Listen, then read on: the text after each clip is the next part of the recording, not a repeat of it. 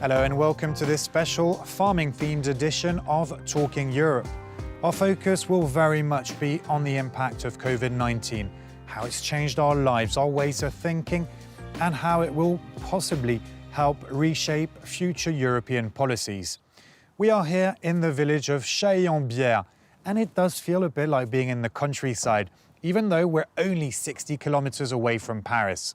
We'll be meeting with local farmers, those who are feeding the capital. And we'll see that locally sourced fruit and vegetable is proving more and more popular among customers. Our guests today will include European politicians, those who are already envisaging, sketching out plans with the new challenges posed by COVID-19. And of course, we'll have reports from France, but also from other parts of Europe, Belgium, Portugal. Portugal currently experiencing labour shortages in the farming sector, and all of that is made worse by COVID-19 and the shutting down of borders. But let's now go and discover one of those farms so close to Paris.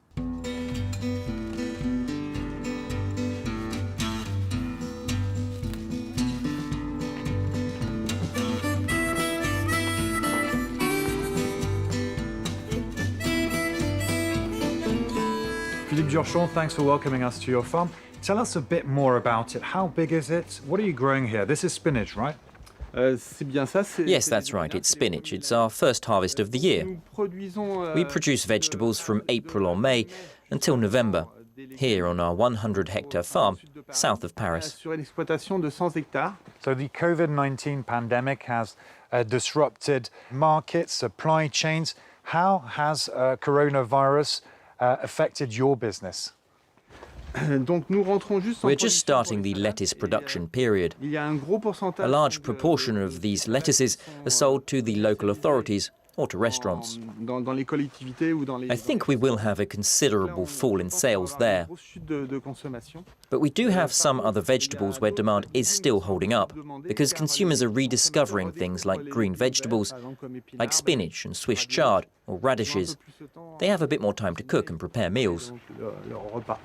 And people now are, of course, realizing how important the farming world is to their lives with the shutting of borders. You have President Macron, for instance, saying that in some crucial, essential sectors, maybe agriculture, well, the nation needs to be self-reliant. What do you think? We have to look at it from a European level, and that means, I think, we have to ensure we have here in France all that's required for farmers to produce. The supply chain needs to be solid, with reliable suppliers and retailers. But at the same time, we can't just say, let's only eat French produce. What is important is to eat seasonal vegetables, because that's best when it comes to vitamin and nutrient content, as well as taste. And if there's a seasonal product from Spain, why shouldn't we consume it in France? Let's now focus on Europe. Of course, you receive money from the Common Agricultural Policy, the CAP. The CAP is going to be reformed. What do you want to tell politicians? We should dream. It would be great if there were a level playing field for labour taxes and social insurance contributions, as well as agricultural techniques, even though each country has its own particularities, which means it's difficult to implement the same rules across Europe.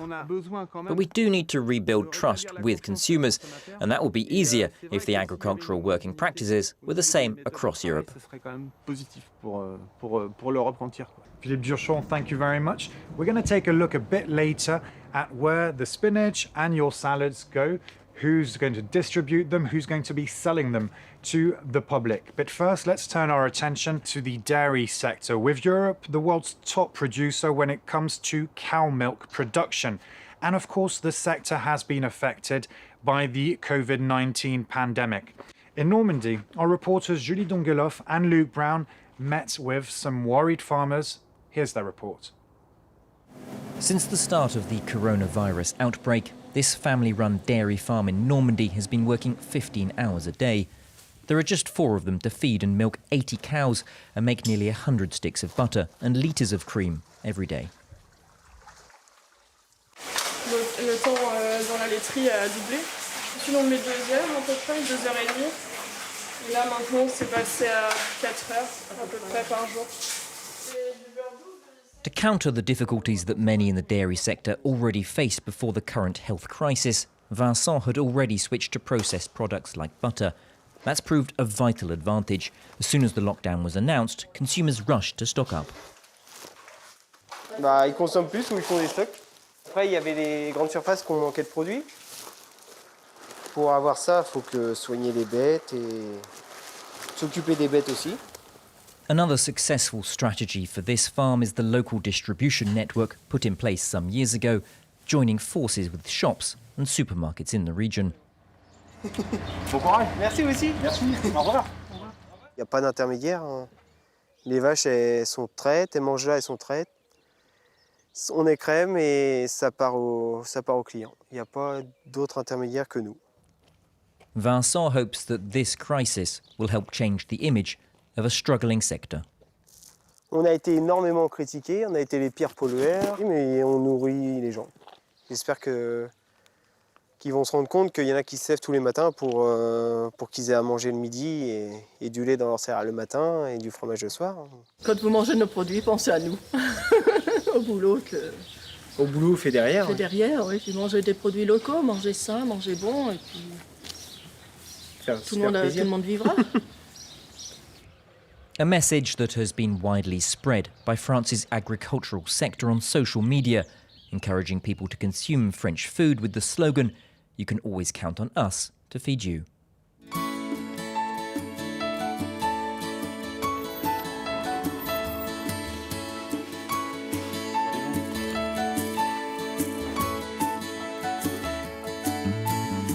And this is where Philippe's salads arrive. Pretty handy. We are only 1 kilometre away from his farm. This is a shop called Le Panier de Caroline, which means Caroline's basket. And that really says it all. You handpick, you select everything that's here, right? Everything I choose it for its quality. That's the number one criterion. That's what my customers are looking for. A lot of fresh produce. And has it been difficult for you to get stocks in with the COVID-19 pandemic? Yes, it's been difficult recently. When it comes to staff shortages, there weren't enough workers to go and collect produce, to pack it, to transport it. Logistically, it was very difficult. In these difficult times, it seems that the French customers want to go do shopping in places like this, smaller ones, not necessarily supermarkets. You work with 24 local farmers. Is it a case that the French really want to buy locally produced fruit and vegetable? Today, our customers are really looking for French produce. If we can get local produce, then that's even better. Do you think that after the COVID-19 pandemic, people will still want to come here rather than go to supermarkets? I think about 30% of our customers will come back, those that came during lockdown, because I think, or I hope at least, that they're satisfied by our service and what we can offer and our products. That said, unfortunately, our prices are high for some households, so I expect they'll go back to big supermarkets. Your parents were farmers, your grandparents were farmers. Before you, 7 generations of small farmers. And this is all about helping small farmers. Are you worried for their future? Do you think it's going to be all about large companies, large businesses taking over?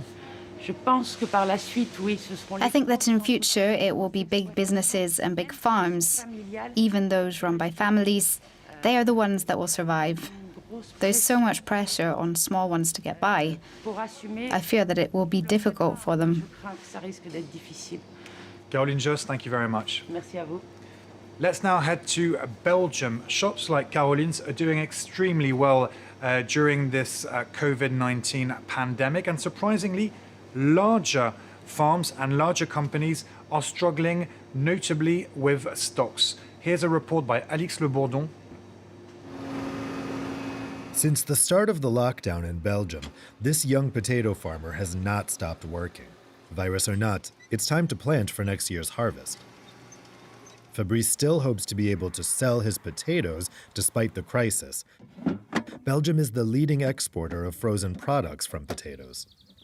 Les frites surgelées, les gros consommateurs, c'est tous les fast-food, les restaurants, etc. Et pour l'instant, tout est à l'arrêt. Donc, il n'y a rien qui sort des frigos de l'industrie. Et ils attendent que l'économie redémarre pour pouvoir retravailler et refaire tourner leurs usines. Donc, pour l'instant, l'industrie avec qui je travaille, ils ont le 3/4 de leurs usines qui sont à l'arrêt. Here's the problem. All of his crop from last year is left unused. C'est l'équivalent de 30 hectares de pommes de terre qui sont stockées ici. Donc là, on essaye de les garder le plus longtemps possible, mais à un moment donné, elles ne se garderont plus. While waiting, Fabrice can only examine his potatoes and hope that one day they'll be loaded onto trucks. Il y a des volumes qui ne seront pas de toute façon travaillés. Donc il y a des contrats qui sont déjà cassés. Donc il y a des fermiers qui n'ont plus de contrat ou qui doivent trouver une solution. Dans les terres où ils avaient prévu de mettre des pommes de terre, ils doivent mettre autre chose. The stock issue was also a concern for this greenhouse manager until the lockdown was relaxed for his sector. He employs a dozen people, but they could not be laid off because even if the points of sale had closed for several weeks, the plants still had to be taken care of. Les plantes, ce sont des êtres vivants. Il faut pouvoir continuer à les soigner. Quoi qu'il arrive, normalement, le mois de mars et le mois d'avril, voire jusqu'à la mi-mai, ce sont les mois qui sont les plus vendeurs. C'est-à-dire c'est à ce moment-là qu'on fait entre 70 et 80% de notre chiffre d'affaires. To avoid disaster, the greenhouse has done contactless delivery of plants for a few weeks. Alors Pierrick, aujourd'hui, il y a beaucoup de commandes. De plus en plus, ouais. Ça va, on livre Waterloo. Unfortunately, these deliveries will not prevent an economic loss this year. On arrive à faire à peu près 20-25% de ce qui était prévu normalement pour cette saison. Alors c'est mieux que rien. But alternative solutions are not possible for everyone. This dairy producer in Belgium is worried about the farms who were already suffering before the crisis, despite EU agriculture subsidies. He's waiting for the European Union to regulate supply during this crisis. Chaque fois, évidemment, après une crise, on dit, ou pendant la crise, tiens, qu'est-ce qu'on va trouver comme solution? À ce moment-là, c'est les plus faibles ou les gens les plus endettés, etc., qui doivent arrêter, faute de moyens. For many farms, their viability may depend on the duration of this crisis. We are now in our Paris studios, and we have the pleasure of talking to one man who might be able to shed some light on what Europe can do in the midst of this coronavirus crisis. Dacian Cholos, thanks for being with us. It's a pleasure for me. So you are the former Prime Minister of Romania, currently the chairman of the Renew bloc at the EU Parliament, and also once the Agriculture Commissioner. So this COVID-19 pandemic is having a very strong impact, of course, on the agricultural sector of all member states. Do you think Europe is doing enough to help them? And what are you calling for? So first of all, hopefully that we have a real common agricultural policy able to mobilize very quickly some tools in order to help farmers, because we saw what happened in this epidemiological crisis without real common tools.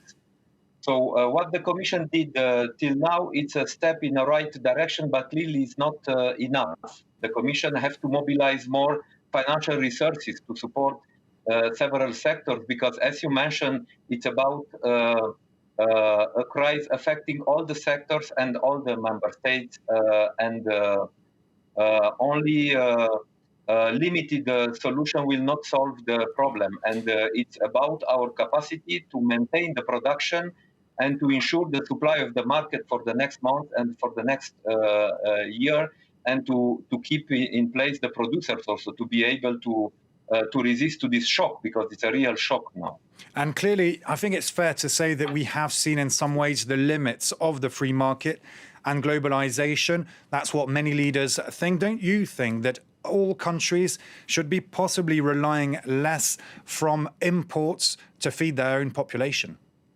it's clear that in agri-food sector we need a combination on local market and capacity to supply the demand locally, with also this capacity to supply the international market. Because even if we want to reinforce local capacity of production, we have some parts of the world who are not able to do that. So for Europe, clearly, we need to reinforce also local short chains in agri-food sector, and this crisis was a proof that we need also this alternative, but we have to combine the two systems. Let's talk about the reform of the Common Agricultural Policy. How do you think this crisis will reshape, in some ways, the future Common Agricultural Policy? To support our agriculture, we should be very clear. This is not the time to renationalize a policy who it works at the European level. On the contrary, we need to put together more resources for other sectors in order to reinforce European capacity to act. So it will be a strong error to affect the capacity of common agricultural policy to react in these times of crisis. Dacian Ciolos, thank you very much.